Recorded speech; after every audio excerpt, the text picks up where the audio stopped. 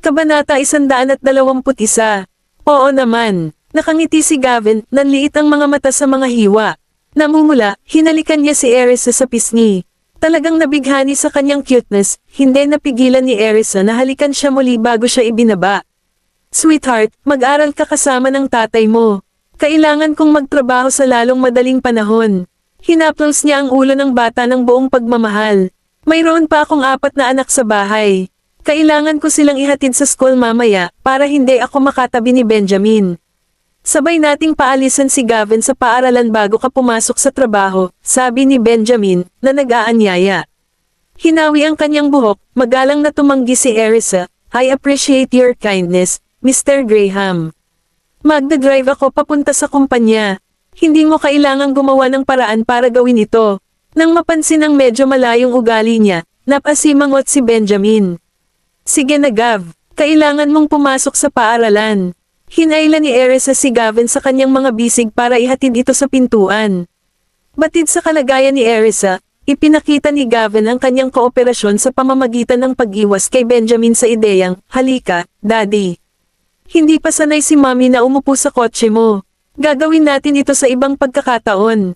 Pagkatapos suriin ang kanyang anak, isinuot ni Benjamin ang kanyang sapatos sa pintuan. Pagkatapos, hinawakan niya ang kamay ni Gavin bago pinaalalahanan si Erisa, don't be late for work. Saglit na nanginginig ang mga lobby ni Erisa bago ito kumaway sa kanya. Magmaneho ng ligtas, Mr. Graham. Bye-bye, Gavin. Bye, Mommy. Tumalikod si Gavin para kumaway kay Erisa na naningkit ang mga mata habang nakangiti. Bago pa man makapasok sa elevator ang mag-ama ay isinara na niya ang pinto. Nang marinig iyon ni Benjamin, ibinalik niya ang tingin sa pinto na may pagkasimangot sa mukha. Bumaba na tayo, Daddy. Nang makita ang malungkot na ekspresyon sa mukha ng kanyang ama, hinayla ni Gavin ang kanyang kamay bilang paalala na kumilos. Binawi ni Benjamin ang tingin at inakay si Gavin pababa. Nagkataon, nabunggo nila si Bradley, na nagdala ng sasakyan. Aakyat na sana si Bradley sa hagdan ng lalabas na ang mag-asawa sa apartment complex. Hoy! Bagamat tuwang-tuwa si Bradley nang makita si Gavin, pinutol niya ang kanyang pagbati nang mapagmasdan niya ng malapitan ang mukha ni Benjamin. Habang pinag-aaralan ni Bradley si Gavin, napagtanto niyang hindi niya ito masasabi bukod sa kanyang mga kapatid. Inakala niya na ang matanda ay si Benjamin, samantalang ang bata ay si Gavin. Iyon ang unang beses niyang makilala ng personal si Benjamin, at naging isang nakakatakot na karanasan. Pagkatapos ng lahat, ang tao ay ipinanganak na may hangin ng maharlika. Ang kanyang malamig na aura ay nakakatakot lalo na sa puntong hindi siya matingnan ni Bradley sa mata. Hello, Mr. Hinton. Nagkusa si Gavin na batiin si Bradley. Kinikilala niya ako. Nagningning ang mga mata ni Bradley habang kumaway kay Gavin. Hello, napangiti ng mahina si Gavin. Matapos tumungo kay Benjamin, pumasok si Bradley sa apartment complex. Nakasimangot na ibinaba ni Benjamin ang tingin kay Gavin. Sino ang lalaking iyon, Gavin? Siya si Mr. Hinton. Kaibigan siya ni Mommy. Napatingin si Gavin kay Benjamin. Iyon lang ang impormasyon ng bata. Bumagsak ang mukha ni Benjamin.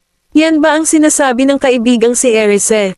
Lalong lumalim ang kanyang pagsimangot nang magbabletake siya kay Bradley, na may kakaibang taste sa fashion. Kaibigan ba niya ang effeminate guy na ito? Pumikit si Benjamin sa loob. With a solemn look on his face, inakay niya si Gavin papasok ng sasakyan bago nagmaneho palayo. Kasabay nito, tinawag ni Erisa ang kanyang mga anak sa kanyang apartment unit, mga sweethearts, you can come out now. Sa loob ng ilang segundo, pumasok ang 4 na bata mula sa balkonahe na may mga laman na mangkok at plato sa kanilang mga kamay. Nagtataka, napabulala si Erisa, kaya dyan ka nagtago. Mommy, bakit dumaan si Daddy? Nagpout si Jessica. Kung hindi siya hinayla ng kanyang mga kapatid sa pagtatago, gusto sana niyang makilala ang kanyang ama. Kasama niya si Gavin. Natigilan sandali si Erisa bago kinurot ang ilong ni Jessica na nakangiti. Bakit mo siya tinutukoy na tatay mo? Hindi mo pa siya nakikilala. Pinaikit ni Jessica ang kanyang mga mata habang tumatawa. Alam kong siya ang ama natin. Sumunod na sinuri ni Erisa ang kanyang 3 anak. Napaawang ang mga lobby niya sa nakikitang determinasyon sa mga mukha nila. Kabanata 122. Tapusin mo na ang almusal mo. Kailangan na nating umalis agad. Tinawagan ko na si Bradley, pero wala pa siya. Nakatulog ba siya? Pagkakuha pa lang ni Erisa ng phone niya, tumunog ang doorbell. Nagkatinginan ng apat na bata, iniisip kung kailangan ba nilang itago muli ang kanilang mga sarili. Hinayaan sila ni Erisa na magpatuloy sa pagkain. Nagmamadali siyang pumunta sa pinto at tumingin sa peephole. Nang makitang si Bradley lang iyon, nakahinga siya ng maluwag. Si Mr. Hinton, lahat. Tapusin mo na ang almusal mo dali. Binuksan niya ang pinto at pinapasok si Bradley. Sumili ang ngiti sa gilid ng lobby niya. Akala ko overslept ka na. Ngumisi si Bradley ng may magandang loob. Napuyat ako buong gabi sa isang internet cafe na naglalaro ng mga video game, kaya hindi ako nakatulog. Nawala lang sa isip ko. Umiling si Erisa, nakangiti sa loob. Iniabot niya ang kanyang kamay para tanggapin ang bago niyang susi ng sasakyan mula sa kanya. Inilagay ko na ang lahat ng mga dokumentong kailangan mo sa kotse, kaya huwag mag-alala tungkol dito, sabi ni Bradley. Pupunta ako mamaya para tumulong sa pagpaparehistro ng iyong plate number. Oh, salamat. Ipinatong ni Erisa ang isang kamay sa balikat ni Bradley. Nag-breakfast ka na ba? Tumawa si Bradley at pumunta sa dining room. Hindi. Tinignan ni Erisa ang oras. Pinutol nila ito ng malapitan. Nakita niyang may natitira pang 2 servings ng oatmeal, kaya hinayaan niya si Bradley na magkaroon ng isang mangkok para sa kanyang sarili. Kumain ka na at magpahinga. Malapit na akong umalis, kaya mag-ayos ka na lang sa bahay. Sige, boss. Tumabi si Bradley sa mga bata. Sa tingin ko kinakain ninyong 4 lahat. Pang-aasar niya. Hindi, si Daddy iyon. Sagot ni Jesse. Same time na tumango sina Zachary, Oliver at Jasper. Oo, pumunta si Daddy at Gavin dito para kumain. Nagulat si Bradley sa narinig. Nakilala mo ba sila? Parehong umiling at tumango ang mga bata. Tumawa si Bradley. Ano ang gusto mong sabihin? Hindi namin sila nakilala dito. Pero nakita namin si Daddy sa surveillance camera. Maliwanag na paliwanag ni Zachary. Nakita ni Bradley na papalapit si Erisa at dali-dali silang sinabihan na bumalik sa kanilang almusal.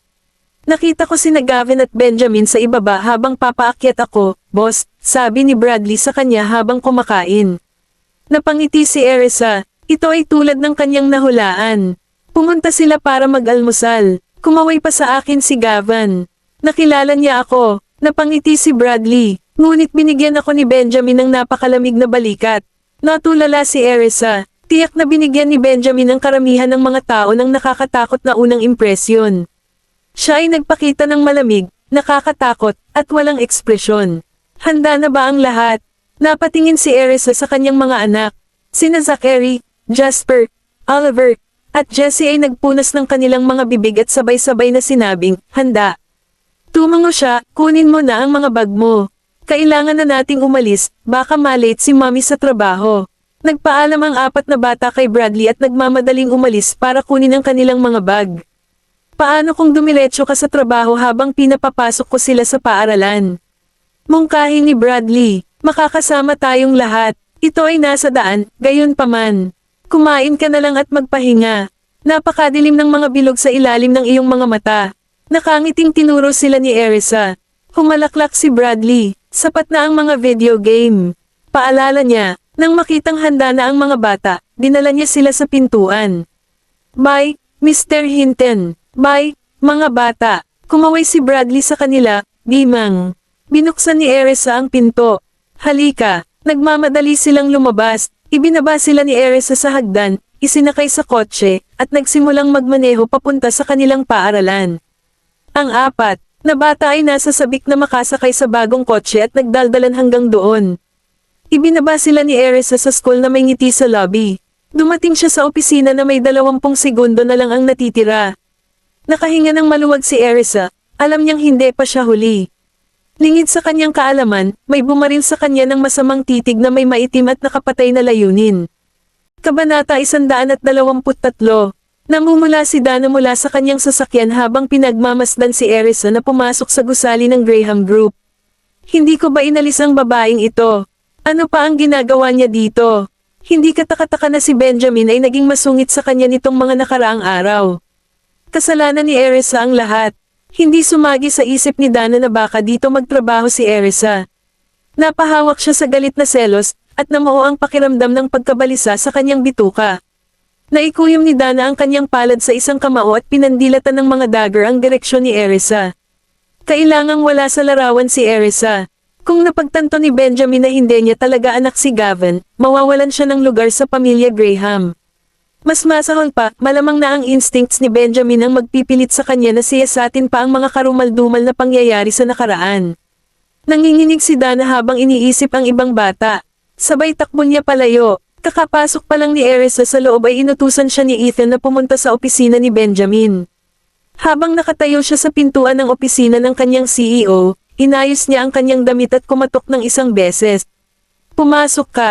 Isang mababa at malalim na boses ang nagpahayag na may bahid ng kawalang interes. Napalunok si Erisa at binuksan ang pinto. Si Benjamin ay nagbabasa ng mga dokumento sa likod ng kanyang mesa. Hindi man lang siya damilat.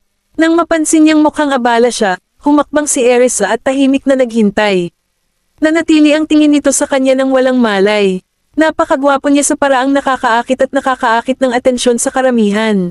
Sa maitim na kilay, matangos na ilong, at mga mata na napakalalim ay maaaring mawala sa sarili, para bang ang bawat katangian niya ay nililok ng husto. Narito ang isang tao na pinagpala ng langit. Ang kanyang nakakatakot na ekspresyon ay nagpatalikod kay Erisa, ngunit nagutos siya ng isang mayaman at nakakahimok na presensya na nagpabalik sa kanya. Namula ang pisngi ni Erisa, at bumilis ang tibok ng puso niya. Ang lalaking ito ang ama ng kanyang mga anak. Siya ay napakayaman at mataas ang ranggo na halos hindi maabot. Kung sasabihin ko ba kay Benjamin ang totoo, tutulungan niya ba ako? Naramdaman ang kanyang titig, sa wakas ay tumangala si Benjamin at hinarap siya ng diretsyo. Ang natulala na ekspresyon ni Erisa ay nagbigay sa kanya ng kakaibang kasiyahan. "Nakita mo na ba ang iyong laman?" Ang kanyang mga mata ay kumikislap na may bakas ng panunuya. Ibinalik ni Erisa ang kanyang tingin at tumahimik na tumingin sa malayo. "Ang aking taos-pusong paghingi ng tawad, Mr. Graham." Bumibilis ang tibok ng puso niya at ramdam na ramdam niya ang pamumula ng pisngi niya. Ang mahuli sa akto ng lantarang nakatitig sa isang tao ay malinaw na nakakahiya. "Ano ang hinihingi mo ng tawad?" Ang matalim nitong titig ang nagtulak sa kanya na magsalita. Napanganga siya sandali, pagkatapos ay ipinaliwanag sa mahinang boses, "Hindi ako dapat nangangarap ng gising sa iyong opisina, Mr. Graham." Tinitigan siya nito ng mataman. "Ano ang iniisip mo?" Umangat ang ulo ni Erisa, saka umiwas sa tindi ng titig nito. Walang paraan na maamin niya kung ano talaga ang ginagawa niya noon. "Ano ang tawag mo sa akin, Mr. Graham?" Tanong ni Erisa na umiiwas sa tanong. "Late ka na," biglang sabi ni Benjamin. Nalaglagang panga ni Erisa. "Hindi ako noon." Mahinang protesta niya. Ilang segundo na niya itong pinuputol, ngunit hindi nakita ni Erisa ang ibig sabihin nitong huli na siya. "Hindi mo ba alam na ang mga manager ay kailangang dumating ng mas maaga ng 10 minuto? Mahigpit na kumislap ang kanyang mga mata. Bilang manager, hindi rin magandang precedent ang pagiging halos huli sa trabaho. Hindi siya nakaimik. Ito lang ba talaga ang tinawagan niya? "Hindi ko na. Uulitin." Kahit kagagaling lang niya sa bahay niya para kumain ng almusal, parang hindi na niya ito nakilala. Sinasabing ang daan patungo sa puso ng isang tao ay sa pamamagitan ng kanyang tiyan, ngunit malinaw na ang pahayag na ito ay hindi angkop kay Benjamin. Tinitigan siya ni Benjamin pataas at pababa, napansin ang kanyang kawalan ng tugon. Nagtaas siya ng kilay. "Nararamdaman mo bang nagiging unfair ako?" Nakatingin sa kawalan si Erisa. "Hinding-hindi ko." Tumango si Benjamin. "Halika rito." Natigilan siya, hindi alam kung ano ang gusto nitong gawin. Nararapat pa ba ito? Kabanata 124. Tinapik ni Benjamin ang mesa. Well, hindi mapakali si Erisa sa lalaking nasa harapan niya. Ang kanyang ekspresyon ay ganap na walang emosyon. Ang kanyang imahinasyon ay tumatakbo ng ligaw, at sinubukan niya ang kanyang makakaya upang tapusin ito.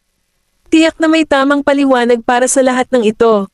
Naglakad siya pasulong. Ngayon, nakatayo si Erisa ilang hakbang lang ang layo sa kanya. Nilaibat ng tingin ni Benjamin ang kanyang damit at napaupo sa kanyang hubad na mga binti. Pinagsalubong niya ang kanyang mga kilay. Napakunot ang noo ni Erisa nang mapansin ang madilim nitong ekspresyon. Kumalabog ang puso niya. "Ito ba ang isusuot mo sa trabaho?" Matalim ang tingin ni Benjamin. Lalong nagdilim ang kanyang ekspresyon nang maalala niyang karamihan ay lalaki sa IT department. Naguguluhan, tumingin siya sa kanyang kasuotan. Nakasuot siya ng tamang A-line na palda na hanggang tuhod. Ito ay hindi nagsisiwalat sa hindi bababasa. Mayroon ba talagang mahigpit na dress code ang kumpanya? Ganito ako nagbihis sa ibang bansa, Mr. Graham. May mali ba? Karamihan sa mga babaeng naka-white collar na kilala niya ay nakasuot ng gaya niya. Walang mahanap na mali si Erisa sa suot niya.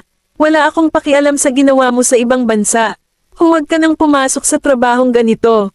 Utos ni Benjamin sa mahinang boses. Ang sulok ng kanyang bibig ay kumaibot pababa, ngunit ginawa niya ang kanyang sarili na sumagot, naiintindihan ko. Nang makitang nakatitig pa rin ang lalaking ito sa kanyang mga binti, naramdaman ni Erisa ang pag-init ng kanyang mukha. Mr. Graham, may code of conduct ba ang kumpanya? Sa wakas ay sinalubong ng tingin ni Benjamin ang kanyang mukha.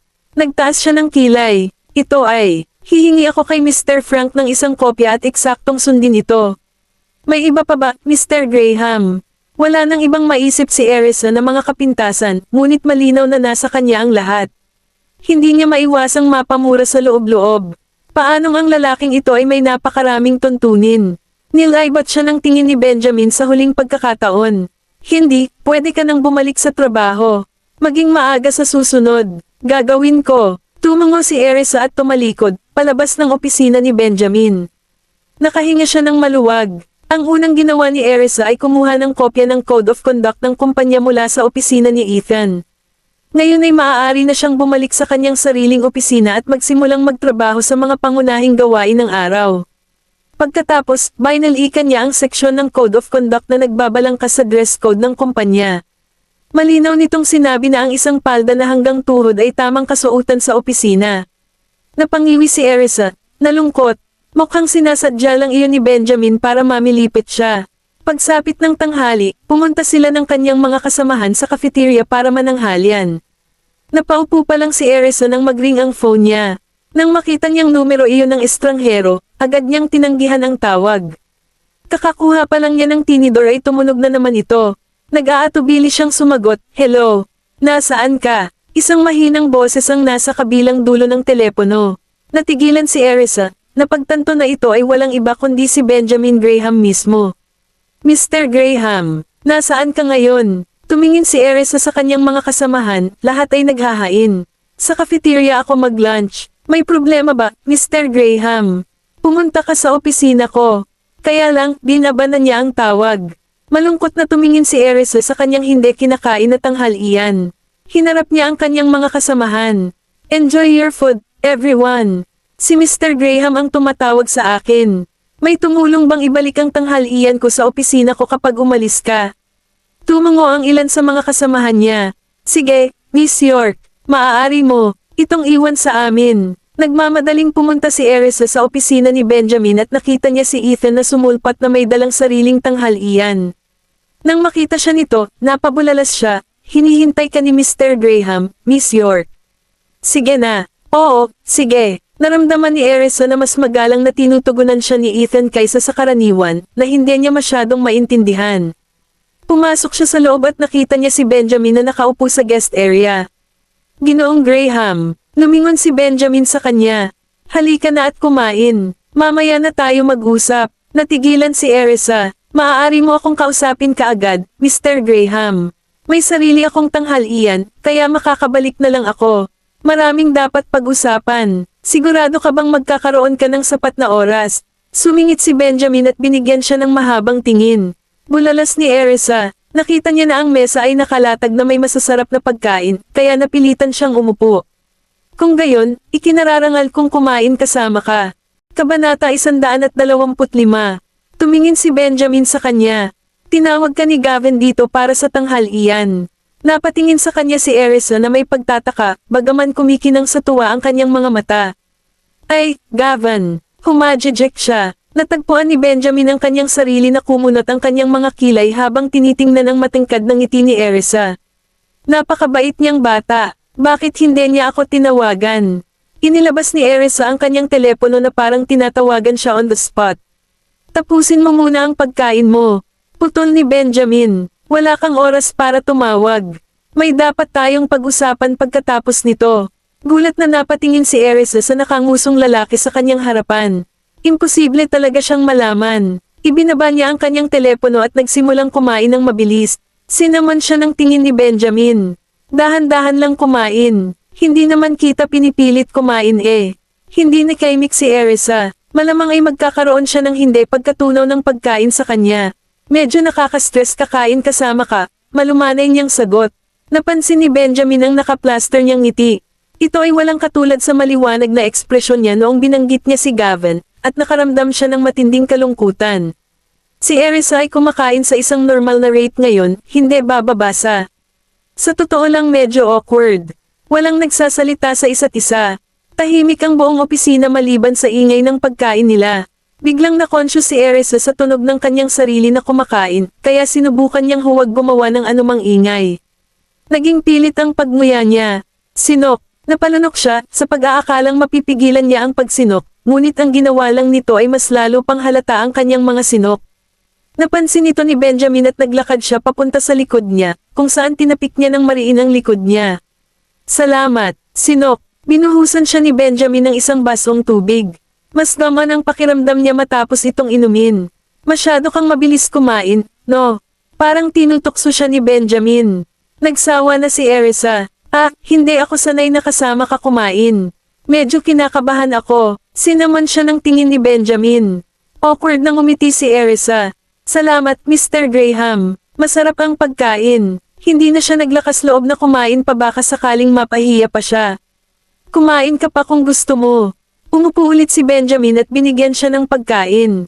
Baka sabihin mong isa akong kakilakilabot na amo na hindi man lang pinapakain ng mga empleyado niya. Habang tinitingnan ang seryosong ekspresyon nito, hindi niya maiwasang magtanong, ganyan ba talaga ang tingin mo sa akin, Mr. Graham? Sinaman niya ito ng tingin.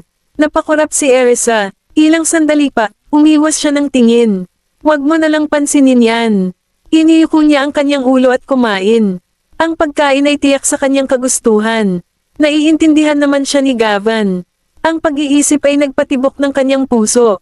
Natuon ang atensyon ni Benjamin sa babaeng ito na pasimpleng nasasarapan sa pagkain. Ang nakamamanghang makeup nito ang unang bumungad sa kanya. Unti-unti niyang napagtanto na nagtataglay siya ng isang kagandahang nakakaagaw ng hininga. Kilala mo ba kung sino ang ama ng iyong mga anak? Natigilan si Erisa. Bumilis ang tibok ng puso niya nang masalubong niya ang tingin ni Benjamin. Hindi ko talaga alam kung sino siya. Ibinaba ni Erisa ang kanyang tingin. Hindi niya alam kung sino ang kanilang ama bago siya umuwi. Ni hindi niya alam na siya iyon bago sila nagkita. Matalim siyang tinitigan ni Benjamin, at kumislap ang mga mata nito. Hindi mo ba naisip na hanapin siya? Masyadong mahirap. Nagpatuloy si Erisa sa pagkain. Ang mga sumunod na salita ay lumabas sa kanya. Bakit hindi ka nagpakasal kay Dana? Tumaas ang kilay ni Benjamin at sinabi niya, ayoko na. Pinag-iisipan ko. Panay ang tingin niya sa kanya. Nagpatuloy si Benjamin sa pagkain. Hindi siya nagdetalye. Tiningnan siya ng mabuti ni Erisa. Posible kayang alam niyang hindi si Dana ang biological mother ni Gavin. Kung gagawin niya, bakit hindi niya ito tiningnan? Ito ay medyo kainahinala. Siya ba ay nagplano laban sa iyo? Tahimik niyang tanong. Napatingin si Benjamin sa kanya. Gusto mo bang malaman? Napalunok si Erisa. Sino ba naman ang hindi gugustuhing malaman? Hindi niya mailabas ang kanyang mga salita. Napangiti siya ng awkward. Mabuti kung hindi mo sabihin sa akin, Mr. Graham. Hindi kita pipilitin. Nakatutok lang sa kanya ang tingin ni Benjamin. Sasabihin ko sa iyo, ngunit kung sasabihin mo sa akin kung sino ang unang ama ng iyong mga anak. Nagkaroon ng nakakabinging katahimikan. Kabanata 126. Hehe, napangiti si Erisa. Hindi ako interesado. Nanatiling tahimik si Benjamin. Isa lang ang dahilan kung bakit hindi mo pa siya pinakasalan, Mr. Graham. At iyon ay dahil hindi sapat ang pagmamahal mo sa kanya. Masungit na sabi ni Erisa. Tama ba ako, Mr. Graham? Dahil nagkaanak na kayo, hindi pa kayo kasal. Kung hindi dahil kulang ang pagmamahal mo sa kanya, ano pa kaya? Kung sapat ang pagmamahal ng dalawang tao sa isa't isa, palagi silang gagawa ng paraan.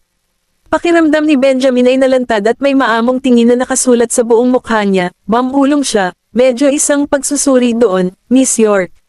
Napangiti tuloy si Erisa at sinabing, opinyon ko lang ito bilang isang manunood. I bet may sarili kang dahilan, Mr. Graham. Nag-iwas ng tingin si Benjamin.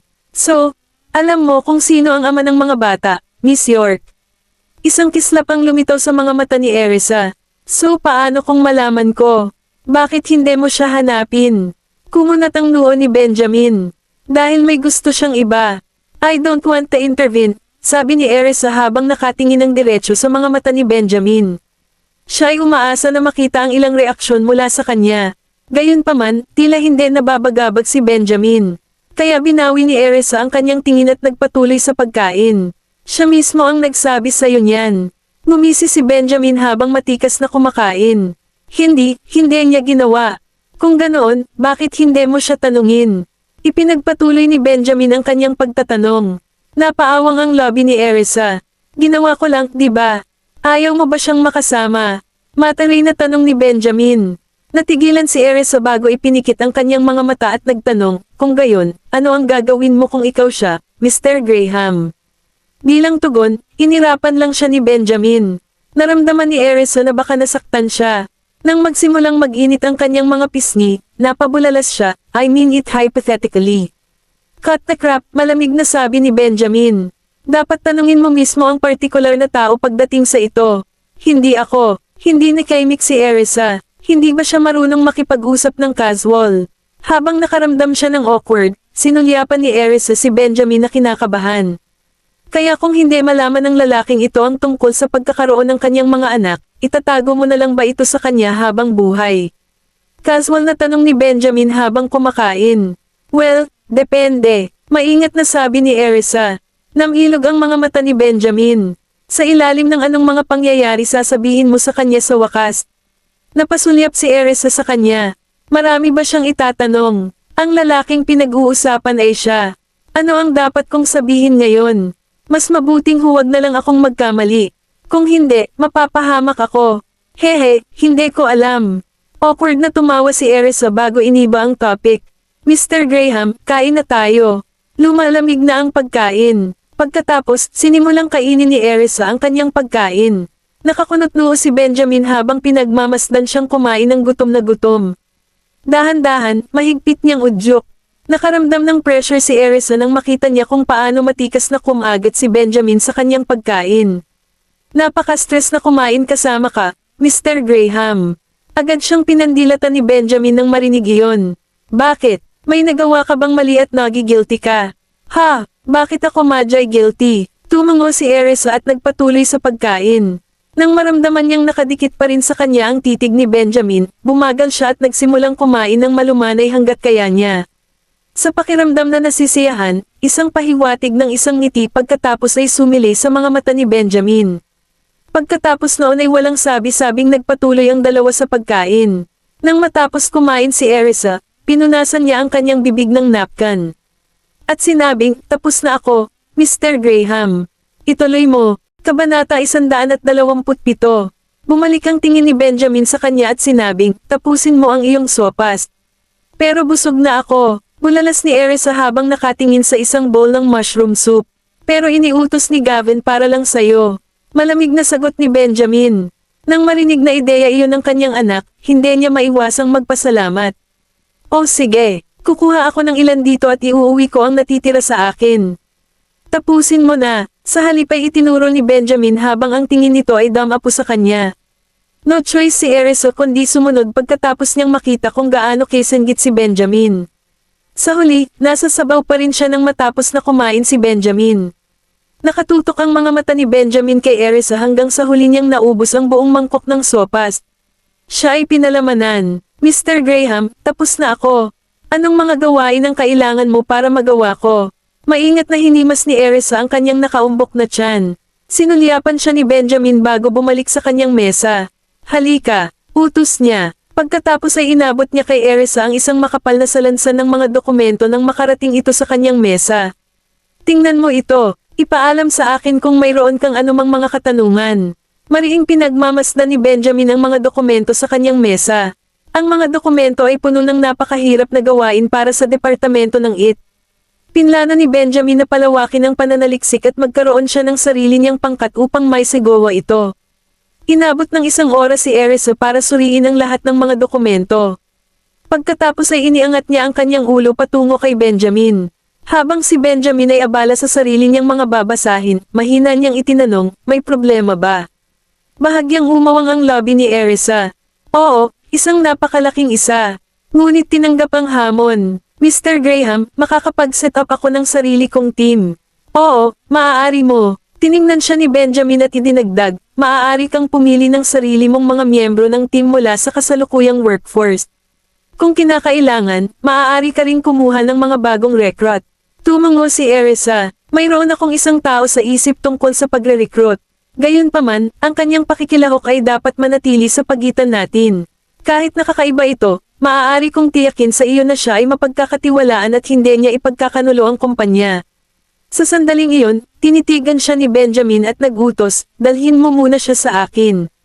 Natigilan si Erisa, kung hindi ko man lang siya makilala, paano ko malalaman kung mapagkakatiwalaan siya? Nagpatuloy si Benjamin, tumango si Erisa, sige, pag-iisipan ko, kumunat ang noo ni Benjamin. Ano bang dapat isipin? Hindi ito kahilingan. Natarante si Erisa at nakangiting sumagot, ipapaalam ko sa kanya na mas maganda kung pumayag siyang makipagkita muna sa iyo. Pagkatapos ay humiling siya, maaari mo ba akong bigyan ng mas maraming oras, Mr. Graham? Dahil nabala ako sa mga gawain sa aking departamento sa ngayon. Napaka-inefficient mo ba? Sinamon siya ng tingin ni Benjamin. Oh crap, hindi ko na dapat tinanong. Tila walang pagpipilian, tiniyak ni Erisa, huwag kang mag-alala, Mr. Graham. Tatapusin ko ang misyon na ito sa loob ng takdang panahon. Good, inaabangan ko. Pansamantala, mangyaring makipag-ugnayan kay Ethan. Tumango si Benjamin. Pinakilala ng may pasasalamat, Mr. Graham. Nakangiting sagot ni Erisa, bakit bigla niyang ibinato sa akin ang lahat ng gawaing ito? Sinusubukan ba niya ang aking kakayahan? O sinusubok lang niya ang pasensya ko? Babalik ako sa trabaho ngayon, Mr. Graham. Sabi ni Erisa, umalis ka na, sagot ni Benjamin bago lumabas ng opisina si Erisa. Pagdating sa kanyang opisina, ipinadala ni Erisa ang mga utos ni Benjamin sa kanyang mga katrabaho sa isang pulong ng departamento at inihayag, sino mang interesado, o kung sa tingin mo ay maaari kang mag-ambag, maaari kang sumali sa koponan. Maririnig ang mga pag-ikot ng mga talakayan mula sa buong silid habang ang lahat ng nasa pulong ay nagpaputok. Tiningnan ni Erisa ang lahat ng naruroon at sinabing, napaka-challenging ng proyektong ito. Kaya naman, umaasa ako na lahat tayo ay makapagtutulungan dito. Lumiwanag ang mga mata ng lahat at ang isa sa kanila ay nagsalita, maaari ba tayong makibahagi dito, Miss York? Ang bawat isa sa silid ay may kanya-kanyang talento at lahat sila ay sumabog sa pagkakataong makilahok sa proyekto. Oo, sagot ni Erisa. Pagkatapos ay tumayo siya na may nakakatakot na aura at idinagdag, naniniwala ako na lahat ng tao dito ay may kakayahan. Gayunpaman, tandaan na ang proyektong ito ay maaaring lalong maging mahirap habang tayo ay nagpapatuloy. May problema ba niyan? Kabanata 128. Walang problema. Lahat ng tao sa kwarto ay naghahangad na pumunta. Tuwang-tuwa si Erisa sa naging tugon. Christian, mangyaring tandaan ang mga pangalan ng mga nagnanais na makilahok. Kakailanganin pa rin nating mag-recruit ng mga bagong talento para sa misyong ito. Napansin, Miss York, pinaalalahanan din ni Erisa ang lahat, anything to do with this project is to be kept private and confidential. Naiintindihan, lahat ng tao sa kwarto ay sumang-ayon. Tumango si Erisa. Tumugon, bumalik ka sa trabaho. Pagkabalik ni Erisa sa kanyang opisina, inilibing siya sa trabaho hanggang matapos ang oras ng trabaho. Noon niya napagtanto na nasa paaralan pa ang mga bata. Tinampil niya ang sariling noo at tinawagan kaagad si Bradley para tulungan siyang sunduin ang mga bata sa paaralan. Makalipas ang kalahating oras, tumawag si Bradley at sinabi kay Erisa na sinundo na ang mga bata. Dahil alam niyang inaalagaan ang kanyang mga anak, nagpatuloy siya sa pag-overtime hanggang alas 8. Nang pauwi na si Erisa, may lumabas na 2 sasakyan at natrap siya sa pagitan. Napilitan siyang ihinto ang kanyang sasakyan sa tabi ng kalsada. Pagkatapos ay nakita niya ang isang gang ng mga thug na lumabas sa kanilang mga sasakyan at sila ay papunta sa kanya. Lahat sila ay armado ng mga paniki. Kusang inilabas ni Erisa ang kanyang pepper spray mula sa kanyang pitaka. Lumapit sa kanya ang isa sa mga tulisan at binasag ang bintana ng kotse niya. Pagkatapos ay pilit niyang binuksan ang pinto nito. Nang tangkaing hawakan siya ng masasamang lalaki sa kanyang braso, mabilis na gumanti si Erisa at sinipa siya palabas. Bumaba siya ng sasakyan at ginamit ang pepper spray niya sa isa pang thug na naniningil sa kanya. Habang siya ay pansamantalang nabulag, inagaw niya ang kanyang paniki at binasag ito sa kanyang ulo. Sa isang kisap mata, nakuha ni Erisa ang dalawa sa kanyang sarili.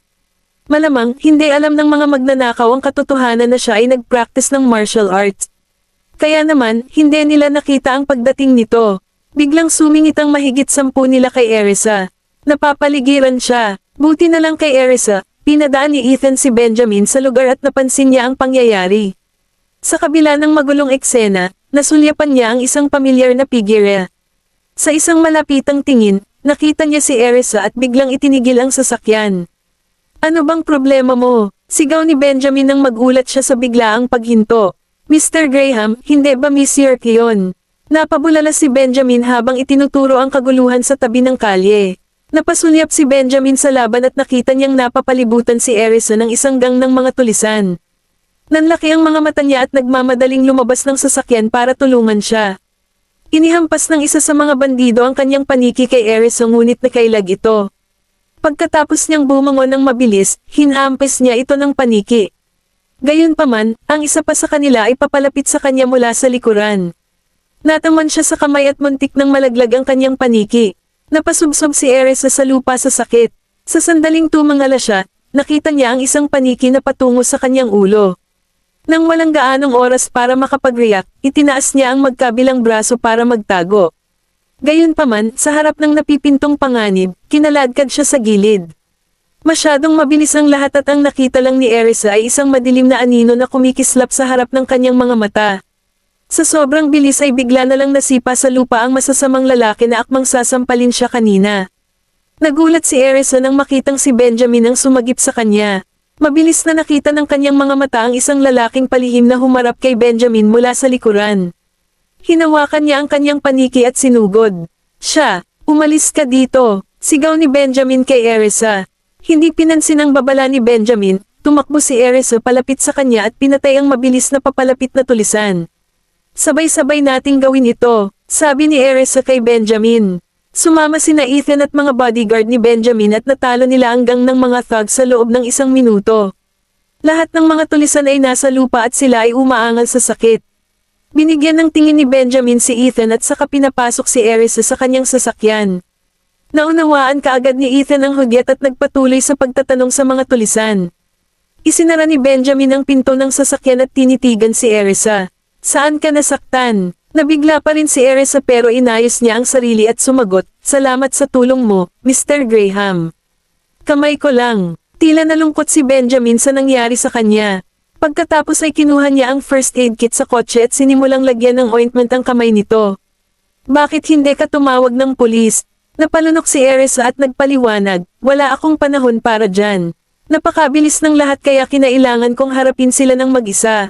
Napakunot ang noo ni Benjamin sa sagot niya. "Any idea kung sino ang mga taong iyon?" Sinulyapan ni Erisa ang kanyang itim na mukha at umiling. "Hindi ako sigurado." Ipinagpatuloy ni Benjamin ang paghagod sa kamay ni Erisa na nasugatan. Kabanata 129. Napakasakit ng pinsala kaya binawi ni Erisa ang kanyang kamay mula kay Benjamin nang nilagyan niya ng ointment. "Tumigil ka sa paggalaw," utos ni Benjamin. Pagkatapos ay hinawakan siya nito at ipinagpatuloy ang paggamot sa kanyang sugat. "Bakit hindi ka nalang tumakas noong sinundan ka nila?" Tanong ni Benjamin. Biglang nakaramdam ng init si Erisa nang mapansin niya kung gaano siya inaalagaan ni Benjamin. "Hindi ko kaya kahit gusto ko." Naghanda sila. "Tinahak ko ang rutang ito dahil mas kaunting traffic, pero who would have known na nandito na sila naghihintay sa akin. Gusto ko lang makauwi ng mas mabilis, yun lang." "Sino sa tingin mo ang nasa likod nito?" Tanong ng mabato na si Benjamin. "Maliban kay Dana, wala akong nasaktang iba." Maingat na sagot ni Erisa kay Benjamin habang sinusukat siya. Pagkatapos ay huminto si Benjamin at sinabi sa malalim na boses, "Ipaparinig ko si Ethan para malaman ang higit pa." "Maraming salamat, Mr. Graham." Sabi ni Erisa. Tinitigan siya ni Benjamin, sinusubukang malaman kung ano ang nangyayari. Nang matapos ni Benjamin ang paglalagay ng ointment, binawi ni Erisa ang kanyang kamay. Marahan niyang hinaplos ang nasugatang bahagi, ngunit ang tanging nararamdaman niya ay sakit. Lamambat ang puso ni Benjamin nang makita kung gaano kabugat ang kamay ni Erisa. Ilang saglit pa ay dumating na si Ethan sa sasakyan at kumatok siya sa bintana. Mr. Graham, ang mga taong iyon ay ipinadala ng pamilya Rogers. Galit na galit si Benjamin. Nagulat din si Erisa. So, ikaw talaga, Dana. Pagkatapos ay tumingin siya sa dalawang lalaki at bumulalas, kung ang pamilya Rogers ay kasangkot, kung gayon dapat ito ay sa kahilingan ni Dana. Nagulat si Ethan sa kung gaano tiwala si Erisa sa kanyang sinasabi. Paano mo malalaman iyon, Miss York? Napatingin tuloy si Erisa sa kanya.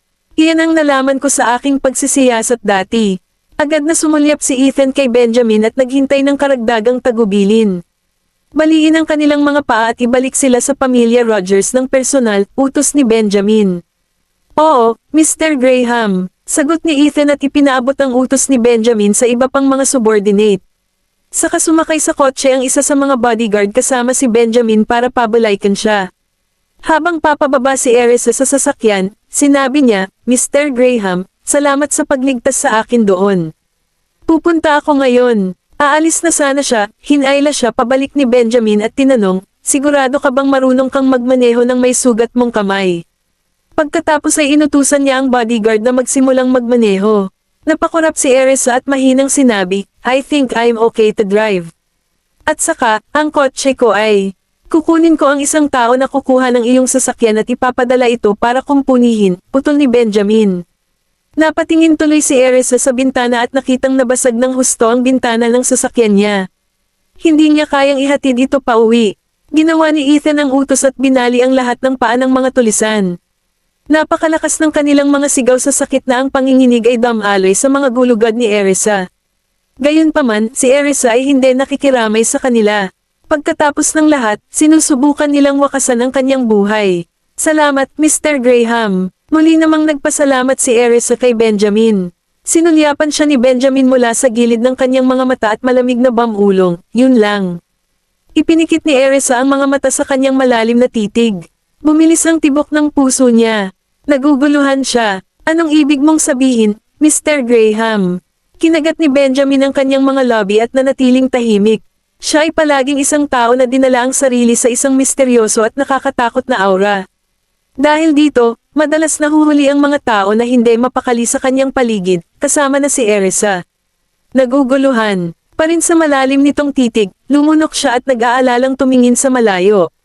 Palagi na lang siyang natatarante kapag hindi nagsasalita. Habang nahuhuli sa sariling pag-iisip si Erisa, dumungaw siya sa bintana ng sasakyan at napagtanto niyang hindi siya iniuuwi. Mr. Graham, hindi ganito ang bahay ko. Sinong may sabing iuuwi kita?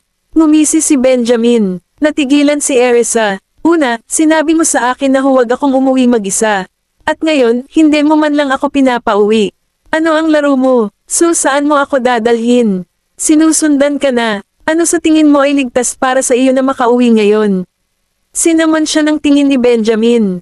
Kumunat ang noo ni Erisa nang mapagtantong may punto si Benjamin. Paano ang mga bata?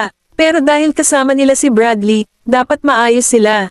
Nasa mabuting kamay sila, tsaka malaki ang possibility na sinusundan pa ako. Oo, hindi ko nais na ilagay sa panganib sila sa pamamagitan ng pag-uwi ngayon. So, saan tayo pupunta, Mr. Graham? Laming-galinga si Erisa at napagtantong hindi pala siya pamilyar sa paligid.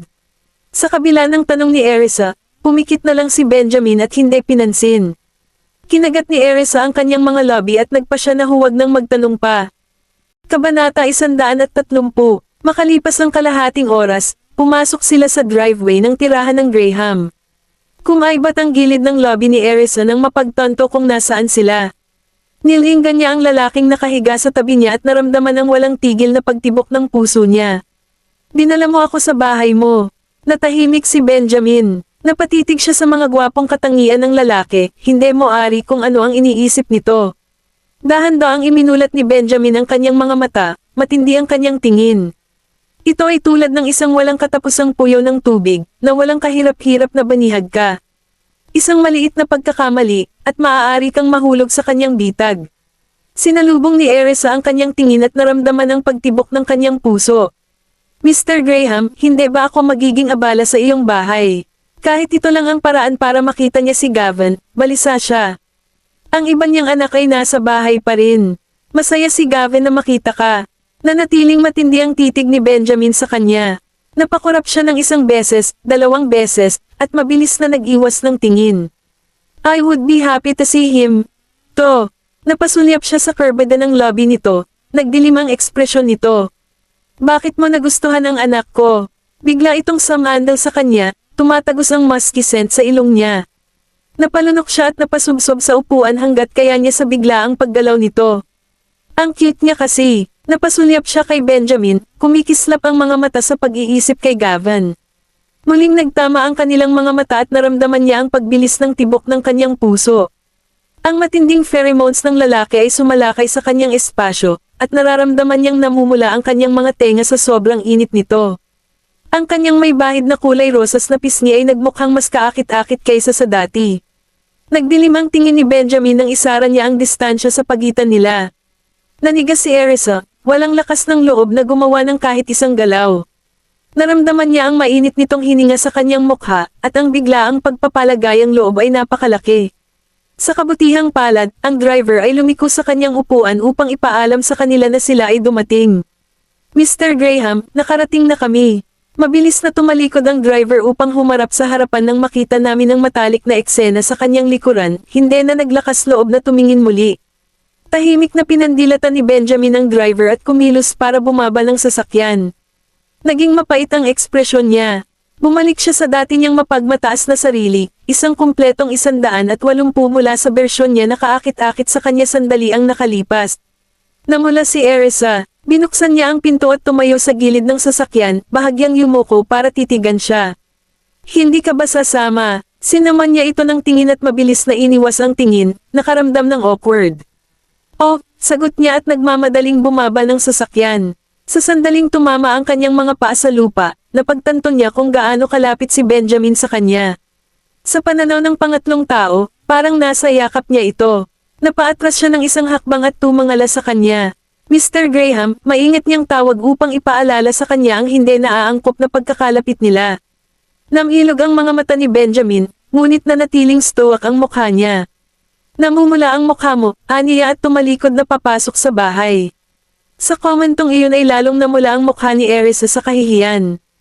Kumaibat ang sulok ng lobby niya habang pinagmamasdan itong kalmadong lumakad palayo, walang kibo. Mabilis niyang naabutan siya at sinabing, Mr. Graham, salamat sa iyong tulong, ngunit kailangan kong bumalik sa aking mga anak sa bahay. Hindi ko talaga kayang manatili dito. Kailangan kong bumalik. Hindi niya maiwasang mabalisa sa pag-iisip na mag-isa ang mga bata sa bahay kahit na sinasamahan sila ni Bradley. Nang hindi lumingon sa kanya, mahinahong sinabi ni Benjamin, nagpadala na ako ng isang tao upang dalhin ang iyong anak dito. Anong agresibong tao? Pero, dalhin mo ang anak ko dito. Napatitig siya sa malapad na likod ng lalaki at napalunok. Pero sinong bata ang sinasabi niya? Mayroon akong 4. Hindi na kailangan. Kaya kung bumalik mag-isa, magiging okay din basta mag-iingat ako. Biglang huminto si Benjamin sa kanyang mga hakbang, dahilan para matamba siya ni Erisa. Aray, nakaramdam siya ng matinding kirot sa kanyang nose bridge habang nakataas ang kamay niya para alagaan ito. Lumingon siya at bumaba ang tingin sa kanya. Nasaan ang iyong mga mata? Muling kumaibat ang sulok ng lobby niya habang tuyong tawa sa tono ng panunuyan nito, pinipigilan ang sarili na sigawan siya. Siya ang kanyang amo at pinagmumulan ng kita. Hindi siya isang taong dapat niyang saktan.